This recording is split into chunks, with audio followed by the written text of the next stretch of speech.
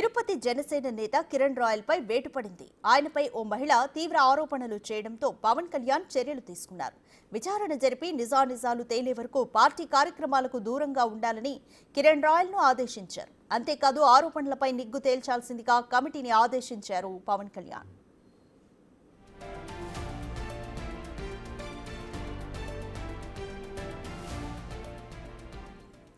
Kiran royal పై బాధితురాలు లక్ష్మి సంచలన ఆరోపణలు చేసింది. కిరణ్ రాయల్ తనకు ₹1,20,00,000 ఇవ్వాల్సి ఉందని చెబుతోంది.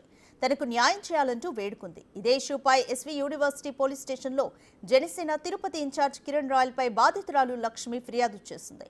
ఆత్మహత్య చేసుకుంటానని వీడియో విడుదల చేయడంతో విషయం కాస్త రాజకీయ వర్గాల్లో చర్చనీయాంశంగా మారింది. డబ్బులు అడిగితే తన పిల్లలను చంపుతానని బెదిరిస్తున్నాడని ఆవేదన వ్యక్తం చేసింది.